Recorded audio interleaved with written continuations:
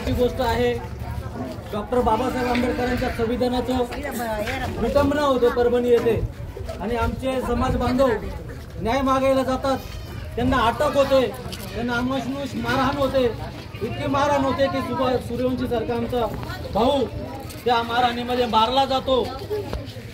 ही फार खेदाची गोष्ट आहे। मी या देवेंद्र फडणवीस सरकारचा व मागील शिंदे सरकारचा जाहीर निषेध आपल्या सर्वांच्या वतीने व्यक्त करतो। साहेबांसाठी मला सांगू इच्छितो, जेव्हा हा प्रकार आम्हाला कळाला, कसारा एक चळवळीचं गाव आहे, या गावाने नामांतराच्या लढ्यामध्ये सुद्धा भाग घेतलेला आहे आणि जेव्हा आम्हाला ही घटना कळाली आपला बांधव सूर्यवंशी बद्दल, तेव्हा आम्ही कसाऱ्यामध्ये जवळजवळ 70 ते 80 शेकडो तरुण घेऊन आम्ही कसारा पोलीस स्टेशनवर मोर्चा काढला व कलेक्टरला निवेदन दिलं की आमच्या समाजाला न्याय मिळाला पाहिजे।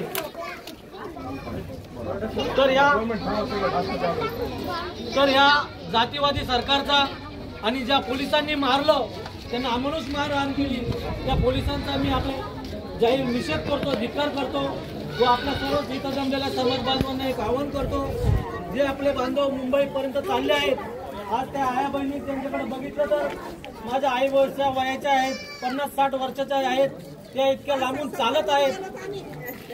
त्यांना बघून अक्षरशः मन गैरवरून आलं की इतक्या वयस्कर महिला न्याय मागण्यासाठी आपल्याला मंत्रालयापर्यंत जावं लागतं, तर ही न्यायालय खोलली कशासाठी?